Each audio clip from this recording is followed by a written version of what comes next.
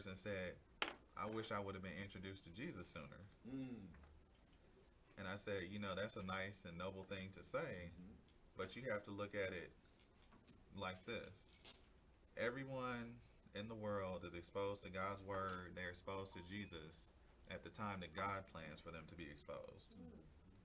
Because God's going to pick the time that you're most optimal to hear him and listen to him. So the people that reject God outright for the rest of their life, God picked the best time to talk to them.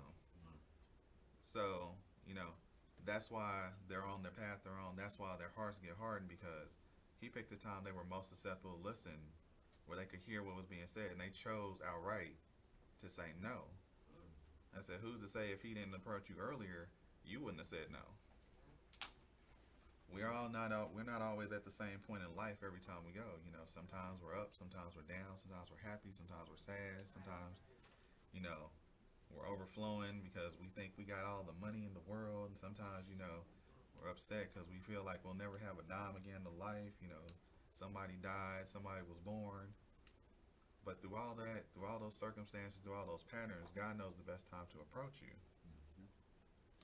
See, and here, good intentions by people, and we don't read situations, we don't listen to God, and we jump on in there, and what happens?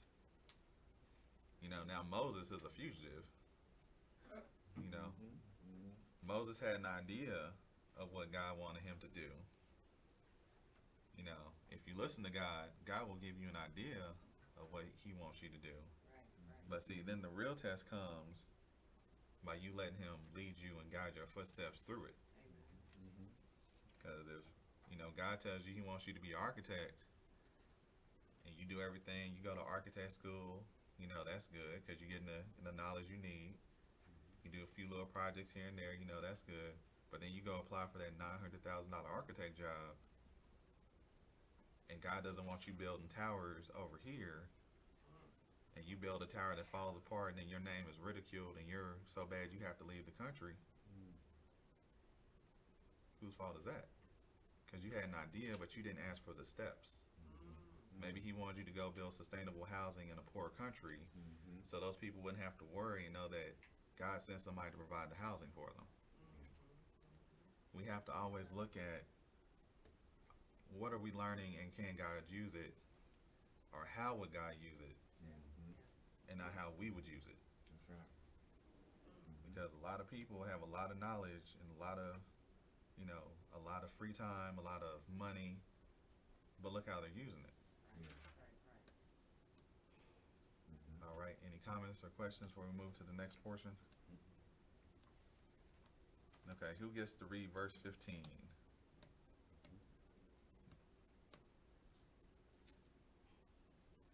Now when Pharaoh heard this thing, he sought to slay Moses.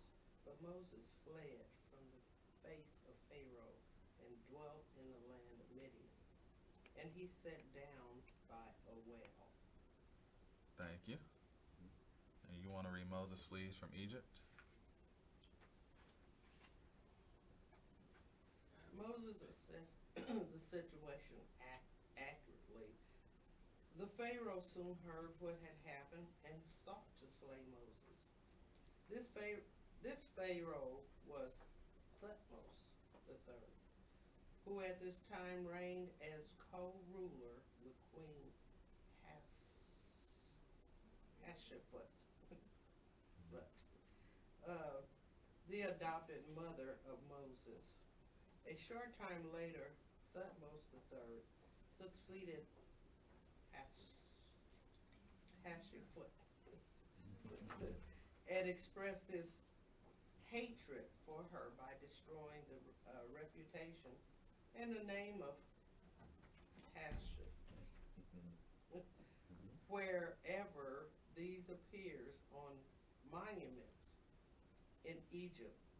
And this says, the hatred he had for her undoubtedly was extended to Moses as well. Moses therefore fled from Pharaoh far to the east and dwelt in the land of Midian. Thank you. Now we get a little more information about, Moses' adopted mother and the Pharaoh. Mm-hmm. Apparently, for whatever reasons, maybe because she was well educated and was doing things that he didn't want done or he didn't approve of, you know, the Pharaoh hated the queen. And so when he got a chance to succeed her, he did, and then started wiping out her name. So, from his point of view, he was probably utterly, ecstatic when he heard Moses had killed an Egyptian, because he's like, now I have cause to move against him. And remember, this all started because Moses acted rashly in trying to execute God's plan, but he was missing one key factor in attempting to execute the plan. He didn't ask God how to execute the plan.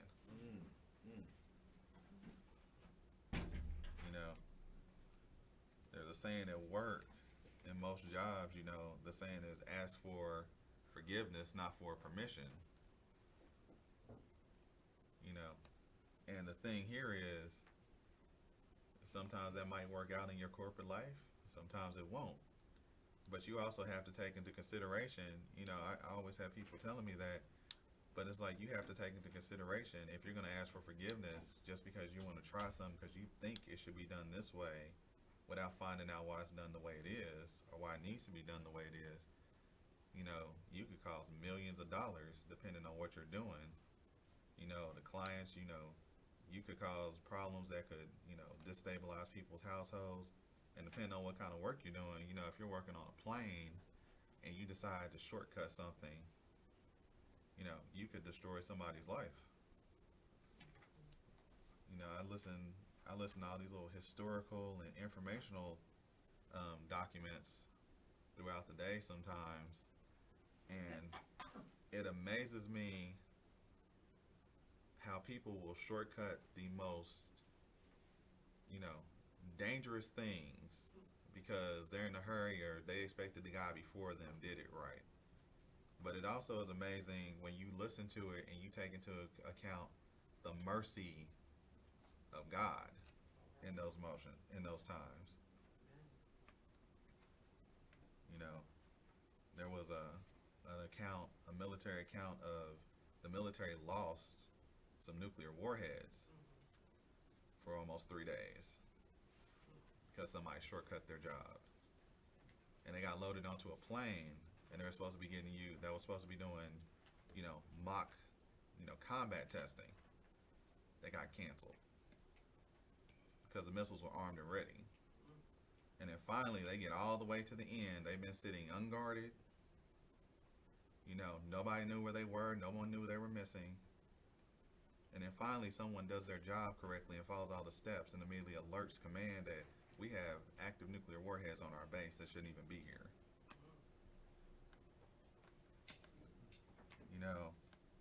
When we go through our life, like even look here, Moses is trying to shortcut God's plan, isn't he? God didn't tell him to go out and kill nobody. He saw injustice, and should he have stood against the injustice? Yes, he should have. But he should have saw how God wanted him to stand against the injustice.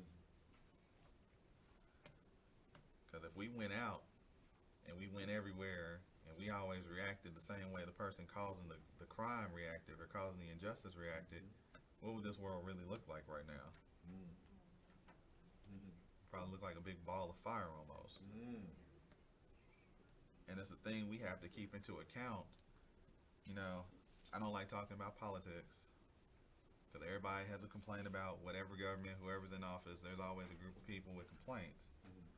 But one of the things I told somebody after they went on this long rant, as bad as you think whatever government is, whether it is China, the United States, Russia, North Korea, South Korea, UK, Britain, whatever, I want you to think how much worse it would be if there was no government in that area. I'm not saying it's going to be nice, but God allows the systems, God allows people in the places of power for a reason. And as bad as things may look now, imagine if there was absolutely no punishment for people doing wicked in a country. Does that mean the government's always going to do the right thing? No. That mean the person in charge is always going to be right? No. We just But have total chaos. that's right. We'd have total chaos. And who would you call? Nobody. You couldn't call anybody. You know, as bad as people in this country say the government is right now, at least if you pick up the phone and call 911 because your house is getting robbed, you know the police are coming. Now imagine if the police, there was no order, no law, no government in this country at all, and the police had to fend for themselves and protect their own families. It'd be very, very rare for somebody to leave their family unprotected to come save your family. But see, even when we don't understand the steps, even when we don't understand why things are the way they are, we have to remember God has a reason and a plan for it. You know, as bad as things are here, and you know the story of Exodus and how it ends, God has a plan for this. You know, his people, yes, he brought his people to that place to save them from the famine that had been sweeping over the land. But sometimes when you get to a place and you get comfortable, God's got to kick that tree and remind you, you know, who you are and what you're supposed to be doing. Now remember, they're in Egypt. Egypt has several gods that control several aspects of their life. And we know later on the plagues that God sends, each one is designed to show that God is the one who has power over those elements, not the fake gods of Egypt. It's to be an example and a reminder to his people when he takes them out of here, out of Egypt. I am the one true God. I control all, you know, I control all aspects of heaven and earth, and you are to follow me. That is what he is reminding them of. And so when we go off on our own little path trying to enact God's plans, we don't cause God hiccups. We cause ourselves hiccups. This guy here, Thutmose the Third, you know, from the little bit we know, he doesn't sound like a good person. He was happy to get rid of the mother, and even happier, you know, for an occasion to execute the son. But the thing is, had Moses been listening to God and following God's plan from the beginning, this guy would have never had occasion to even send the authorities after Moses. Don't give someone that hates you or dislikes you occasion to move against you just because God's plan ain't moving fast enough for you. Because who knows, maybe if God's plan was moving fast enough, you was moving the way you wanted, you wouldn't even be ready for it. You know, we see here, Moses wouldn't have been ready for that. You know, go before Pharaoh, perform these miracles, you know, put the staff down. You know, like I said earlier, right now we see he's rash, he's hot-headed. You imagine him going to Pharaoh in this state, and Pharaoh telling him no or trying to change the terms of the deal that God had passed down? Moses probably would have hit Pharaoh with the staff, and then that would have been a whole nother problem. But part of this, as we saw with Abraham too, part of the process and part of the things we learn from the accounts of the Bible, God grows people to where he needs them to be. You know, think about Gideon, almighty man of valor. What was Gideon doing when God approached him? Gideon's down in a hole trying to sift wheat from chaff so his family has something to eat. But he's down in the hole so that the people around him, the foreigners around him, don't see that he has food, so they don't come over and just take it from him. That don't sound like a mighty man of valor at that point. But see, God knew what he could be and what he was going to form him into. All right, I will read. Let's see where we just were. I'll read 16 and 17. 16. Now the priest of Midian had 7 daughters, and they came and drew water, and filled the throws to water their father's flock. And the shepherds came and drove them away, but Moses stood up and helped them and watered their flock. paragraph for that is a noble act. The boundaries of Midian are uncertain. The Midianites dwelled primarily in northwestern Arabia, but they were nomadic and also occupied portions of the Sinai Peninsula. The Midianites were descendants of Abraham through Keturah with their common ancestry. Moses would have much in common with them. Probably exhausted from his travels, Moses sat down by a well in Midian territory. 7 daughters of a priest of Midian came to the well to draw water for their father's flock, but their animals were driven away by shepherds who were probably unwilling to wait their turn and pushed ahead of the women. Moses, however, quickly arose and came to the aid of the women and even watered their flock. Moses' response is revealing. He was quick to act against injustice, even when the odds were against him. He was physically strong and energetic. Such qualities will serve him well in his future role as Israel's deliverer. Now here, we don't hear about Moses,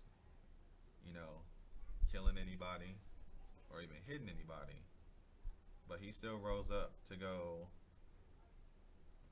defend those that he was perceiving were being unjustly treated. So this might not seem significant to some, but to me this shows a shift in his thinking. Because, as badly as things looked like they were going, he went over and stood in the way, but he held, he kept the physical violence to a zero. Is it possible that maybe, when he saw his surroundings were totally unfamiliar, for one thing. He's someplace he has no idea of anything. And these people that he has come in contact with, he has no idea what kind of people they are, where they came from, what they can do, and he's one person. And he probably thought, all these females, it may not be no help here, even if he did get, I'm just thinking in my mind, I need to be a little bit more reserved.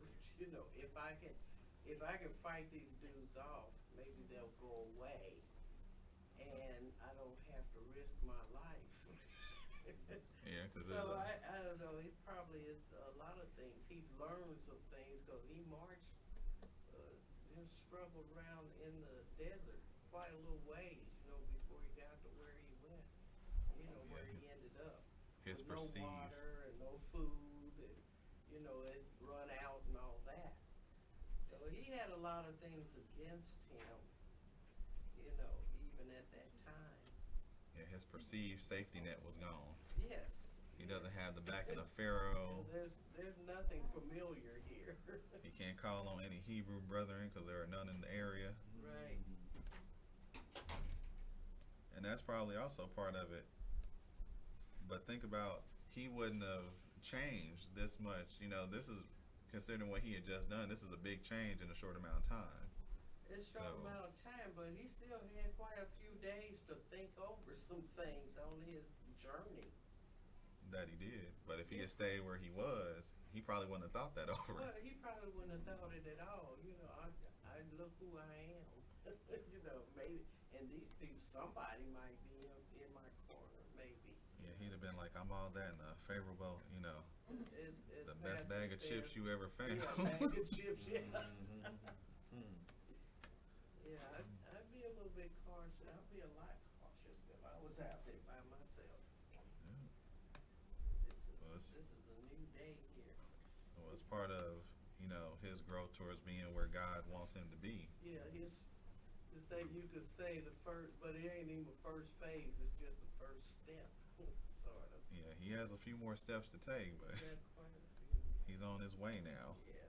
Mm-hmm. All right, can I have a reader for verses 18 and 19?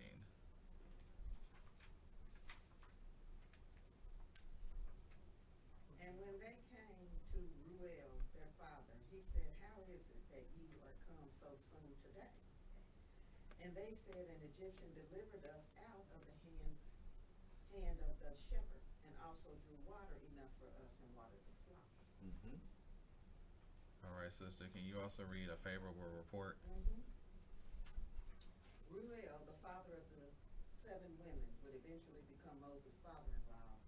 Elsewhere, he is known by the name Jethro. At his first mention, he is identified as the priest of Midian. It is hard to know exactly what this means, but as a descendant of Abraham, he might well have worshipped the true God. When his daughters returned from their duties, Ruel was surprised they had come so soon. Apparently, the shepherds had been a constant source of trouble for his daughters. The women reported that an Egyptian had delivered them from the shepherd and then watered their flock. Mm-hmm. Now let's look at this report on Moses as contrast to the last report on Moses. Last report on Moses was he killed an Egyptian and buried him in the sand. So that made him a murderer. This one is a lot better because now he's favorable, he's a defender, and he's helpful. You know, he not only stood up to the shepherds for the women, but then he watered their flock. You know, a lot more different than hitting somebody in the back of the head or however he did it and burying them in the sand. You know, he's changing here. He's becoming, I would say, more thought-oriented before he reacts. Because it takes no thought to react out of anger, does it? We've all done it probably as kids. You know, you playing that video game or you playing with that toy and it don't do what you want to do and BAM! And then the next reaction is your parents whipping you because you didn't buy it in the first place. But as Christians, we need to keep in mind how we react to the things around us, how we react to the situations at work, the situations in our neighborhood, the situations with, you know, people we interact with daily. Because our coworkers will test our patience, won't they? The people we come across. But what they're looking for, even if they don't know, what they're looking for from us when they figure out we're Christians, how we react to those things. You know, when there's problems at work and you huffing, puffing, and cussing with everybody else, why do I need God? Because you just like me. You know, what's your difference? Where's this peace I keep hearing about? But when you're thoughtful, when you take time, when you ask God for a response, you know, it may not change them to becoming, you know, faithful people at that moment, but you'll plant a seed. Whether they allow God to water and grow that seed in their life, you know, that will be on them. But we're held responsible for what we're supposed to do. We're supposed to be planting seeds everywhere we go. But we also got to remember to keep our temper in check. Are there things we get mad about? Yep. That person that cuts you off, that person that hits you for no reason, that person that steals from you. But are we supposed to react like the world? No. Not at all. We are to be examples of Jesus for the world. Because the world is going to use every excuse they can about why Christianity is wrong, about why you shouldn't follow Jesus. But at the end of the day, you know, all their complaining, all their backbiting, you know, all their anger, all their, you know, righteous hatred or whatever they want to call it, amounts to nothing in the face of God. You know, and it amazes me when you're acting Christ-like, how many non-believers will give you a rundown of Jesus' character when you disagree with them on something. Well, Jesus didn't say that was wrong. And Jesus helped people, and Jesus fed people, and Jesus did this. And I say, and show me one part in the Bible where Jesus accepted someone's sin. Even the man, the ones he healed that he told to pick up his bed, he told him to go and sin no more. You know, he didn't say, here, you're healed, you know, go back, go do whatever you was doing, go do something you want to do, go do whatever, you know, go and sin no more. He didn't say go party hard until, you know, I got to come save you again. He told us to change. And And that's the thing we have to keep in mind. All these different lifestyles, all these different lifestyle choices. Well, they claim they're choices, but we know what they really are. You know, going to school. You know, school is a trap too because school is billed as what? A neutral ground. School is not neutral ground. Because I see because I know the times I've gone down to campus, I've seen more alternative, you know, lifestyle boosts or celebration set up than I've seen anything Christian related. But that's the thing we have to keep in mind. Whether our report with other people is favorable or not, we don't need to give them occasion to move against us. They're already going to try to move against us. And we're not actually concerned about what their report about us is. Our concern is to be what God's report about us is. Because as long as we have a favorable report with God, God can change the heart of the king. You know, remember when the four Hebrew boys were thrown into the fiery furnace? You know, in history, when you read some of the historical books, when you read about these different kingdoms and stuff, you know, the word of the king is it.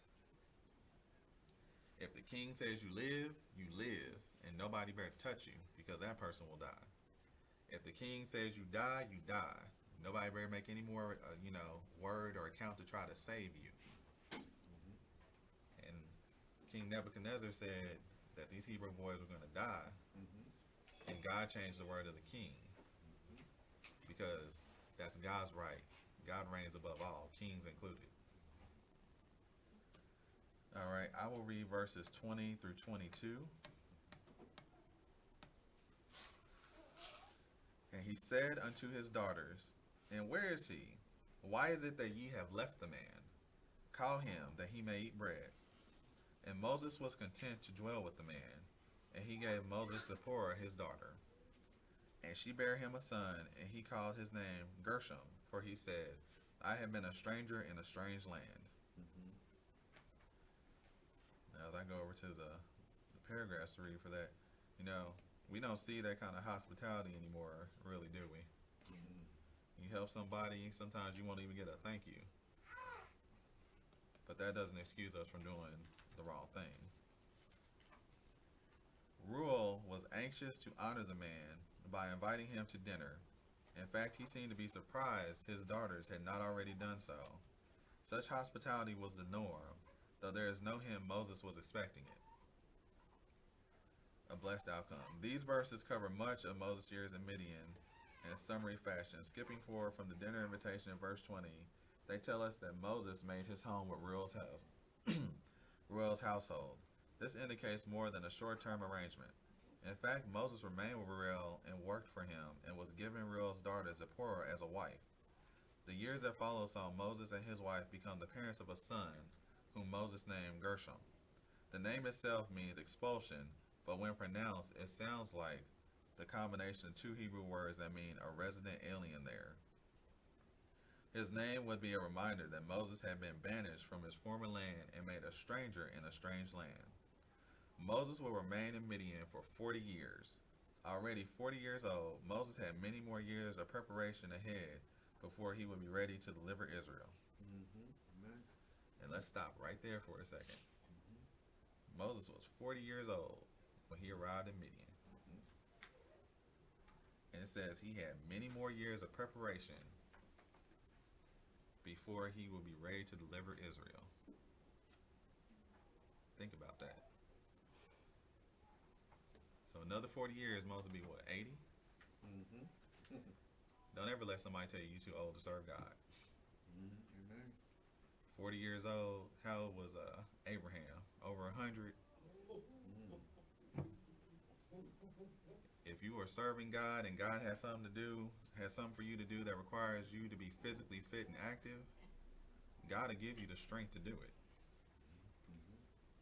You have to remember where your strength comes from. But also, looking at how Moses' life is going, we don't see everything that happens to him over these 40 years. But the name of the lesson is A Comfortable Exile. So God knew what it would take to get Moses to slow down from his rash behavior and put more thought into his reactions and be more willing to listen. Because I will tell you now, rash people are rash because they don't hear what you're saying. They may tell you they heard what you're saying, but they're not actually listening to what you're saying. Because you hear noises all the time, as long as you don't have a problem with your ears, don't you? But to listen and understand what they're saying and what's going on, see, that's intentional. Rash people hear you all the time, but they're not actually listening to what you're saying. That's why they react rashly. That's why they react in anger. That's why they lash out. And here, as Moses starts to change, he finds a household to live in. That's probably a little off-putting. He went from living in the palace, thinking he's the pride and joy of the Israel people. He's the deliverer, to living in a strange land,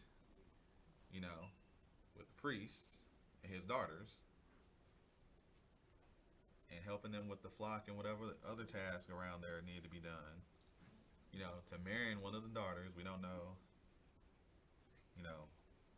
where she fell in line with the others. To having a son in this land he was not his original home. His whole worldview had to change.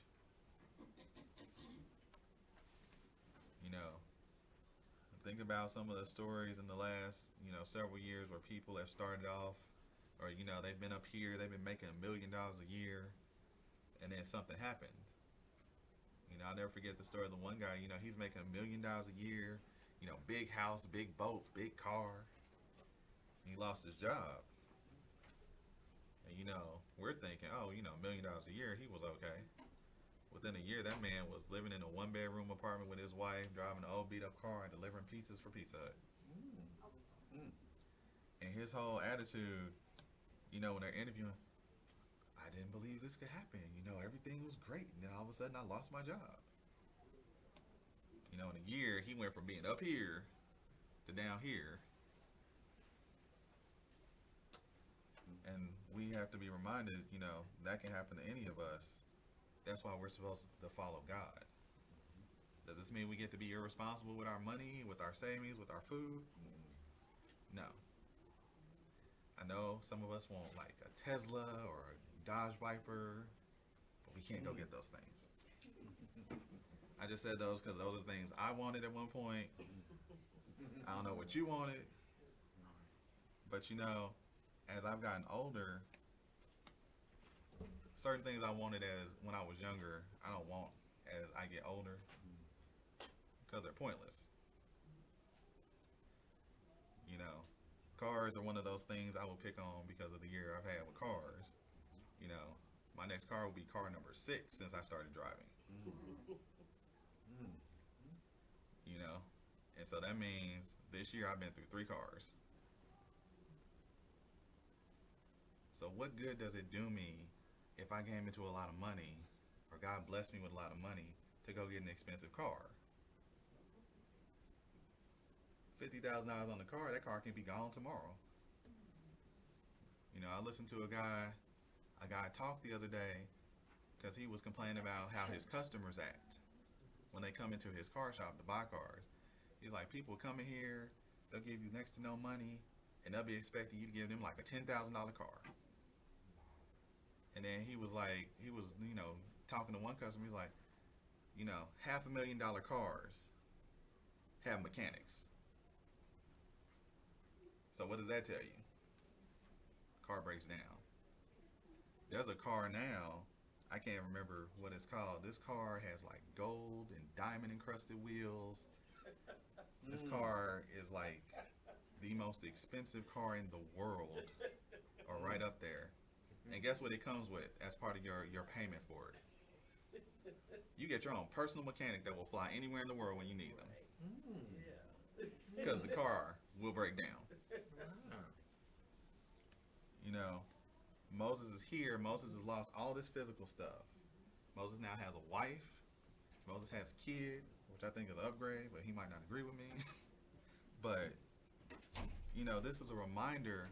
All that physical stuff, it can be gone tomorrow. No matter how good the building is, no matter how good the car is, no matter how good the food can mold and rot. Cars break down, buildings fall apart. So what should we really be investing our money and our time in? Yes. When you really, look at it, it's kind of like sometimes you have to be stripped.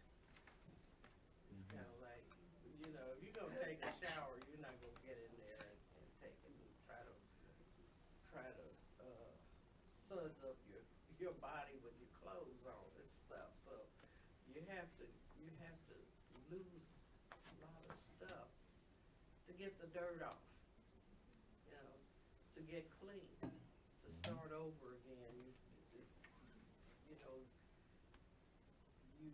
even if you get up in the morning, you got on a nightshirt or gown or pajamas or whatever, slippers, you take all that off to go into the shower to get ready so you can face the day. And Moses was stripped of all the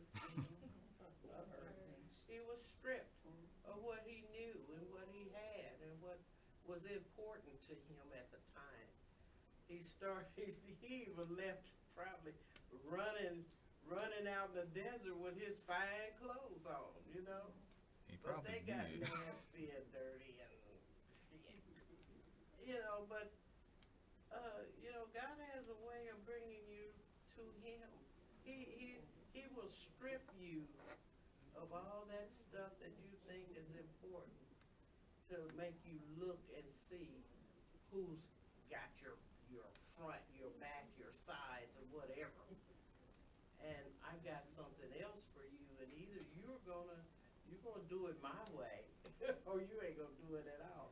Cause I can't get rid of you.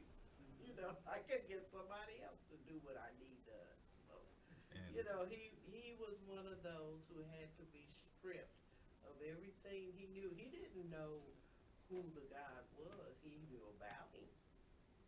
But he didn't have that knowledge, that he needed. And then meeting his father-in-law knew about the God of the Hebrews because he had that knowledge. He was able to help him, through some, to get ready to meet God, to get him up to the burning bush or, whatever. But he had someone to start him on the road. Yeah, and to go with the shower analogy, clothes are important until you're getting in the bath or the shower. Then they're a hindrance, aren't they? So you got to move the hindrance out the way. That body with clothes on. You got to move the hindrance out of the way. And as you said, God will purge the things out of the way that are keeping you from being what God needs you to be. Distractions. But it's also important to know if God has something for you to do, you're gonna do it one way or the other. You can do it in joy and obedience, or you can do it getting whipped all the way. And if people think that ain't true, remember Jonah. Jonah didn't want to go preach to those people, did he? He didn't like those people. He was like, God's gonna rain destruction on them. Good. I'm heading that way. He got out there. God shook up that boat, threw him in the water, had that fish ready for him. Where'd the fish take him? All the way back to Nineveh and spit him up on the beach. And what he do? He got to work real quick, didn't he? But then the thing that was so sad, to me, the thing that was sad about Jonah's story, at the end, he couldn't appreciate that they repented. It didn't save them from ultimately being destroyed by God several generations later. But at least for a few generations, they knew who God was, and they worshiped God, and they did what was right. But see, this is a prime example of, God using you whether you want him to use you or not. Because can you imagine what he looked like when he got thrown up on the beach by that fish 3 days later and what he smelled like. And then he's running into the city, probably looking like a walking skeleton, a walking corpse, talking about God's going to rain destruction. Boy, I'm like, if I saw that, that'd be instant repentance. I'm like, I'd be running. A dead person just told me God's about to rain destruction. We need to. But see, he also could have did that the other way. He could have did that enjoying obedience. And then he could have, been like, thank you, God, these people repented. But, he let his own personal hatreds and things get a hold of him. But he still got the job done God wanted him to get done. So, remember, when God's telling you to do something, you can walk that way and do it. Or God can just grab you by the collar and drag you kicking and screaming while you do it. It's one or two choices. There's no third choice. And I will read the last 3 verses and the last couple paragraphs. And it came to pass in process of time that the king of Egypt died, and the children of Israel sighed by reason of the bondage, and they cried, and their cry came up unto God by reason of the bondage. And God heard their groaning, and God remembered his covenant with Abraham, with Isaac, and with Jacob. And God looked upon the children of Israel, and God had respect unto them. Now I'm going to go read the last couple of paragraphs, but remember, this time these people are living in Egypt. Egypt has several false gods they worship. So it's probably been a long time since they have collectively cried out to the one true God together. But they had to go through some hard times to remember who they're supposed to be serving. And see, now that they're starting to remember who they need to call out to, look at how God's operating here.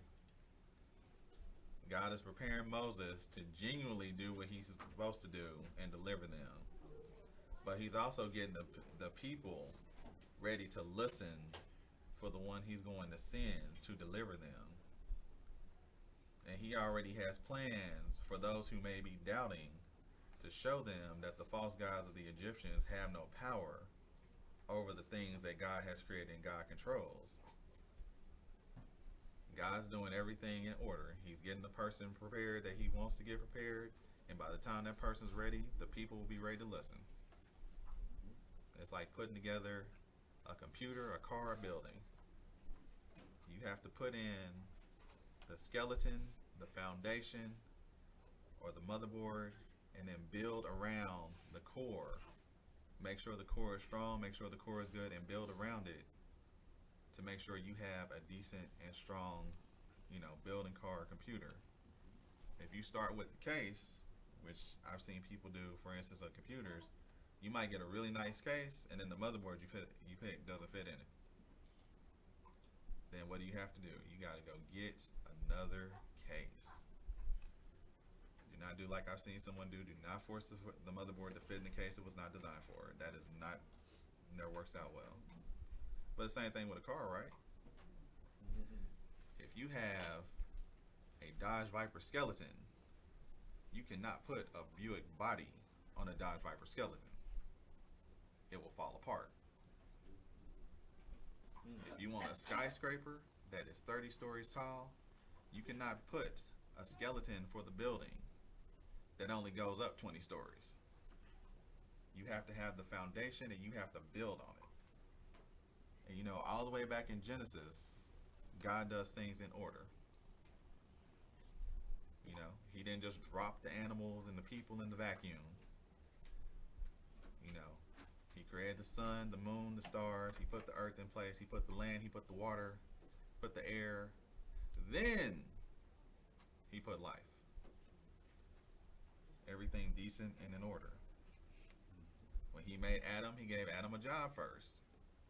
Then what did he give Adam? A wife. Decent and in order. Things that we don't see a lot today. All right, the last 2 paragraphs. The cry of the oppressed.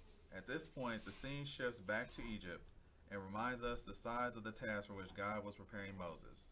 The king of Egypt, Thutmose III, died about 35 years after Moses fled. A new pharaoh did not change the situation for the Israelites, however. Their oppression continued. The response of God. God's response to his people's groaning in bondage is described by three terms. First, he heard them. Their prayers were not ignored. Second, God remembered the covenant he had made with Abraham, Isaac, and Jacob. Remembered here does not suggest that God had previously forgotten. Rather, it indicates faithful love and intervention. The covenant mentioned here is the covenant originally made with Abraham. The Abrahamic covenant promised the Israelites a land of their own, descendants who would become a great nation in divine blessings. Third, God looked upon his people and had respect unto them. These are expressions of loving recognition. Both Moses and the Israelites were impatient. And see, there we are again. You got to have patience and work things the way God orders your steps. But something else we can take from here and apply to today, look at that last line of the previous paragraph. A new Pharaoh did not change the situation for the Israelites, however. So for everybody screaming, we need a new mayor, we need a new senator, we need a new president, I want you to go back and think, because I've been dealing with and hearing people talk about, black people getting shot by the police. How long has that been going on and been on the news? It happened with the last president, did it? Didn't it? What changed about it? Nothing. It kept on happening. Now here we are with this president, and it'll probably keep going on with the next president, because we're focusing on changing the person in office. And this is a discussion I have like every other year with a group of people. You can change every person you want above you in office. You can change the police force to be friendly to you. You can change the president to be a president you want, a president everybody likes. But as long as the core of our communities is broken, nothing is actually going to change for you. As long as we raise kids who don't have respect for authority, who don't have respect for life, who don't have respect for each other, we're still going to be killing each other. As long as we don't respect our elders, we'll still have houses in our communities that are falling apart, because you got to get up by your own bootstraps and pull yourself up. I hear that so much. And the last time somebody said to me, we were on the bus and we were looking at all the broken down houses in one of the black communities. But then we go through the other communities and I'm like, so why are their houses all fixed up and their houses are just as old as the houses over here? I don't know, because they help each other. Because when you get too old to get up on that ladder, to paint your house, to fix your gutters, the younger people will come together to your house in a group and fix your house up for you. And then when they get old, the next generation, see, we've broken the core of our community. Everybody's out for themselves. Everybody's about doing stuff for themselves. And then we are the most spiritual, godless people I know in the world. Everybody's spiritual. Nobody believes in God. But they were quick to tell you how spiritual they are. This is the fight that we as Christians, and I say black Christians for a moment, because everybody gonna look at our skin color. You black. Why you believe in Jesus? Jesus was not white. But it doesn't matter if he was white, if he was Chinese, if he was Japanese, if he was Korean. God's son is God's son, how God chooses to send him. See, we've let our moral core fall out of our communities. And this is the fight we have. Because you got kids too. You can't just let your kids go to somebody else's house. You got to get to know their parents. What do you do? What do you believe in? There's certain people, I don't approve my son going over to their house. They don't go to church. They don't believe in God. Why does my son need to hang out at your house? He can come over to his mother's house. He can come with me, because I don't know what you're going to be teaching. And there's a whole bunch of crazy people around here passing themselves off as godly people. And as long as you don't study your Bible, I didn't say study me. I didn't say study somebody that's older than you in the church. Study your Bible and let God explain to you what his word says, and let God show you the truth. We're going to have a lot of confused people. And that's our challenge we have today. As Christians, You know, God put us here to salt the earth, to change the earth, to be seeds to save people. And the first fight we have is in our families, in our communities. But as we see here, you know, sometimes God has to take you out your comfort zone, take you away from your family, take you away from your friends, take you away from your community, and send you back. Not just for the community, but for yourself, to grow you, to change you, to make you what he needs you to be effective in that community.